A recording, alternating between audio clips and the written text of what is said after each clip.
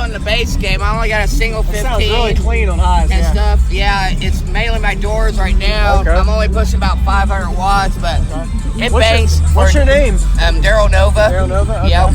And what all is in here for amp subs, power, doors, everything? I have a Sundown Audio 15-inch U series. Okay. And then Twisted Sounds 1.3K. Probably get about 500 watts out of it. Then I got a budget amp actually running the doors called XTP. Okay. It was only $75 and it runs both doors. Oh wow. And stuff. It sounds clean too. Yeah, PRV speakers and stuff. Okay. And how does it do on the meter? Even though you say you're not on the meter in bass, but I was just wondering. I compete with like 7 or 8 different organizations, and my best ones have been a 146 even in a kick, Nice. 44.9 on the windshield, and a 43.9 in a seat and stuff. But right now it's down on those numbers. But that's okay. And it's the single 15. Is it sealed? I'll see the. Can I see the box? Yeah.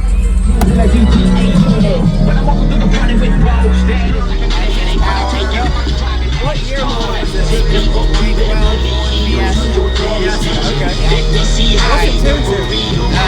34?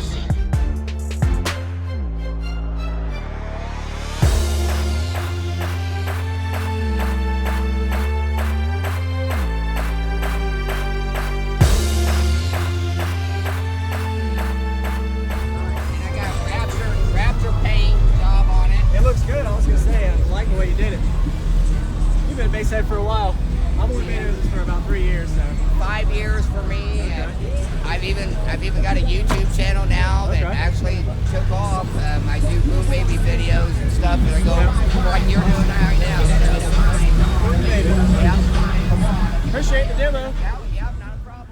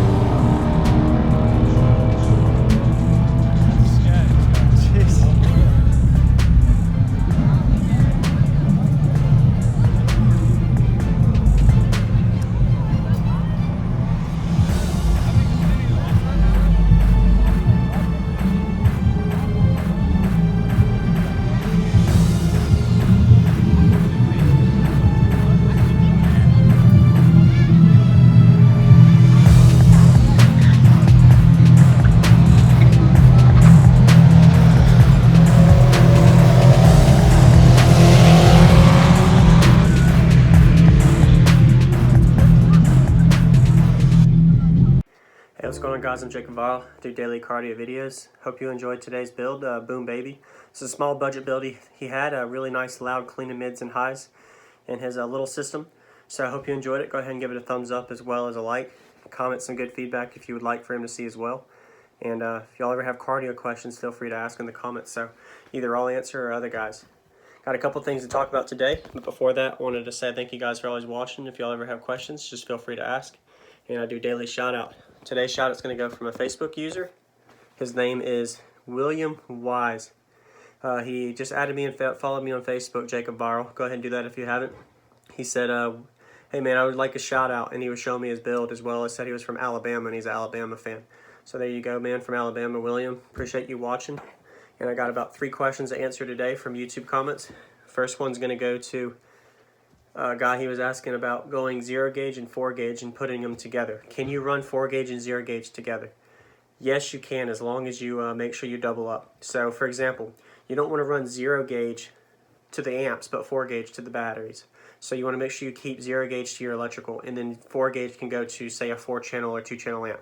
So there's nothing wrong with that. You can put 2 wires together. If you have some leftovers, I've even done it, run 2 or 3 4 gauge runs instead of going and spin another 25-foot spool of 0 gauge. Just make sure that you double up or triple up anytime you wanted to, even if you're downgrading wire size. For big amps, if it's 0 gauge, don't run 4 gauge to 0 gauge input. Not recommended. Always do recommended wire. 0 gauge is normally maximized for that anyway, but a lot of guys watch are budgets, so 4 gauge is fine as well. So let's see the next comment I got questions on. Keep in mind, guys, I'm on the UK for 6 weeks, so trying to keep on videos every day for you guys still. All right, next question. Can you compare a sealed box versus a ported in sound quality? So everybody's going to know, if you've heard systems in sealed and ported, ported box is always more optimal. You get a lot more output out of a ported box versus a sealed, especially when it's near tuning. So a ported box 90% of the time is going to be louder, but sealed boxes can give you better bandwidth in some cases because of the sealed cone control, depending on how the output is. It might not be as loud at the peak, but you can have maybe a flatter, longer bandwidth response on a sealed box. That's why 4th orders have a sealed box to give you that bandwidth as well. 6th orders is best, but I'm not going to go into that today. So which one is better is what he asked. So ported box is better if you have the space to optimize it. Don't put 415s in an 8-cube box if 8 cubes sealed would be better than 8 cubes ported for a 415 case scenario. Just an example, but you don't want to squeeze your subs with the ported box unless you're running a lot of power to them. Otherwise, you want to compensate. So build a more optimized 215 8-cube box than a 415 8-cube box if you're squeezing the subs in a ported box, just as an example. So next thing, how do you keep your amps cool during hot summer days? So I live over in Savannah, Georgia area. It gets into the 90 to 100 degree heat index. The only way to keep them cool is keep them out of the sun. Also have fans on them, and really you want to make sure you have good airflow wherever you're storing your amp. And make sure you have no sun exposure contact in that amplifier. It has heat sinks and the casing that surrounds the components. Those are going to get really hot. You might open up your vehicle and touch the amp and it's going to burn your hand. That's normal because of the heat sink and the casing, but the components aren't going to be as hot because it basically is a heat sink in your vehicle as well. So in general, all you can do is a well-ventilated area with cooling fans. That's all you can do. Outside of that, it's really going to be hard. So I answered some questions today. Anytime you want questions, feel free to ask. Appreciate you guys watching. See y'all tomorrow for another video.